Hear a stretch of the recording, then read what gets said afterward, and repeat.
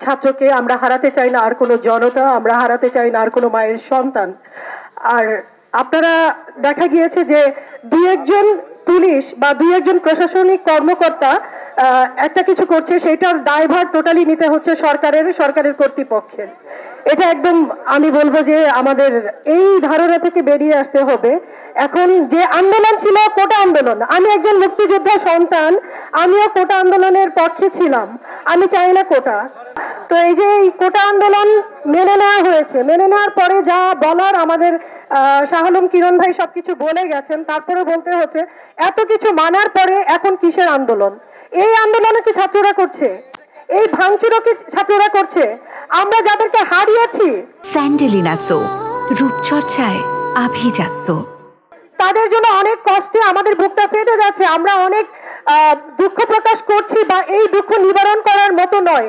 আরো কেন আমরা হারানোর পায়তারায় মেতে আছি? যে ছাত্রদের হাতে কলম, এই ছাত্ররা কি বিটিপি পুড়িয়েছে? এই ছাত্ররা কি তাদের ভবিষ্যৎ কর্মসংস্থান, বিভিন্ন শিক্ষা প্রতিষ্ঠান, বিভিন্ন পুলিশ প্রশাসনের যে বসগুলো আছে সেগুলো পুড়িয়েছে? আপনাদের কি ধারণা? আপনারাও তো ছাত্র, যারা ক্যামেরা ধরেছেন সবাই তো ছাত্র। তো ছাত্ররা এগুলো করতে পারে না। এই ছাত্রদেরকে সামনে রেখে যারা পিছনে কি বলে, পিছনে ছুরি ঘুরাচ্ছে, যারা তাদেরকে বলিদান করছে, আমরা তাদেরকে প্রশ্রয় দিব না, আমরা এখানেই থেমে যাব। আর সকল শিক্ষার্থীদের পরিবার পরিজন এবং অভিভাবকদেরকে বলবো, আপনাদের সন্তানদেরকে আপনারা এই পর্যন্ত এনেছেন অনেক কষ্ট করে, অনেক কষ্টের পরে একটা সন্তান গ্রাজুয়েশন পর্যন্ত যায়। আমি যতটুকু পড়াশোনা করেছি আমি বুঝি এই পড়াশোনার মর্মটা, যেটা কত কষ্টের পরে একটা ছাত্র সে পর্যন্ত নিজেকে নিয়ে যায়। আপনারা এই সন্তানগুলোকে কারো খেলার সামগ্রী হতে দেবেন না, তারা আমাদের ভবিষ্যৎ সম্পদ। আমরা বলবো আমাদের এই যে সরকার বিরোধী আন্দোলন বা সরকার পতনের পায়তারা চলছে, এই পায়তারাকে আপনারা প্রশ্রয় দিবেন না। আজকে কি করছে? আজকে আমার বাসা হাতিরঝিলের কাছাকাছি, ওখানে আপনি দেখবেন যে ব্র্যাকেট রেলিং গুলো রাস্তা উঠিয়ে নিয়ে গেছে, অবাধে উঠাচ্ছে। এগুলোর অনেক রিলস ভিডিও আমরা দেখেছি। বিভিন্ন জায়গায় ওপেন পুলিশের গাড়ি ভাঙচুর হচ্ছে। আজকে এখানে একটা গন্ডগোল লাগলো, আমি কাকে ফোন দিব? প্রশাসনকে?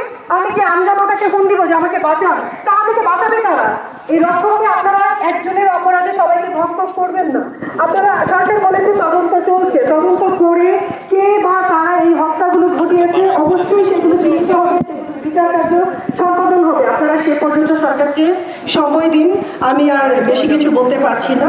আমি বলবো যে দেশে শান্তি কামনা করছি, আর থাকতে পারছি না। কিছুদিন পরে কিন্তু আমরা কর্মসংস্থানে যেতে পারছি না, কাজ করতে পারছি না। করোনা থেকে উঠে আমরা এই যে এক মহামারীতে পড়েছি, সবাই মরবো একসাথে।